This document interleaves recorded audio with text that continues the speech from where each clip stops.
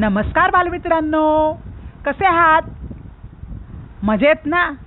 शाळा बंद पण शिक्षण सुरू या उपक्रमानुसार आपण आपले शिक्षण थांबवले नाही.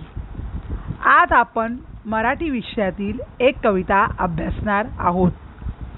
आपल्या भारत देशात एकूण किती ऋतू आहेत? बरोबर, मुख्य 3 ऋतू आहेत. बरं, आता तुम्ही ऋतूंची नावं आठवा बरं.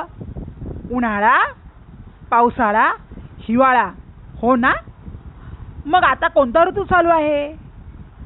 पहाटे पहाटेचा थंडगार वारा अनुभवायला किती मजा येते, उठावसंच वाटत नाही ना? अशा या हिवाळ्यात जशी तुम्हाला मजा वाटते तशीच निसर्गातही मजा असते आणि निसर्गातही काही बदल घडून येत असतात. प्राण्यांनाही आनंद होत असतो. माणसाबरोबरच थंडीच्या या मोसमात तळे, झाडे, पाणी यांच्यावर काय परिणाम होतात हे हिवाळा या कवितेत अनंत कांबळे यांनी आपल्याला सांगितलेले आहे. चला तर मग गा माझ्याबरोबर.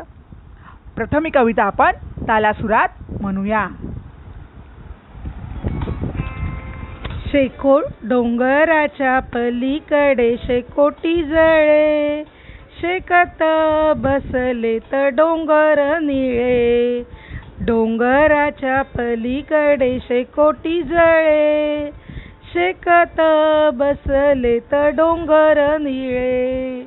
उंच आभाळात रंगत जुळे, तळ्यात संत धुके विरघळे. उंच आभाळात रंगत जुळे, तळ्यात संथ धुके विरघळे. झाडावर डुलतात पिवळी पिवळी फुले, उसाला लागले तर लांब लांब तुरे. झाडावर डुलतात पिवळी पिवळी फुले, उसाला लागले तर लांब लांब तुरे. ऊस अन शेंगा चिंचानी बोरे, पेरूही पिकून झाले तर पिवळे. ऊस अन शेंगा चिंचानी बोरे, पेरूही पिकून झाले तर पिवळे. थंडीचा वारा पोटभर चारा, उंडारतो चौखुर गाईचा गोरा.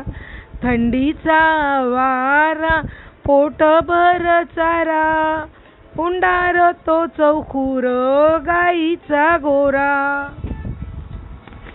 छोटी पण सुंदर वाटली ना कविता तुम्हाला? आता घरचा अभ्यास. कविता पाठ करा व चालीवर म्हणा. धन्यवाद.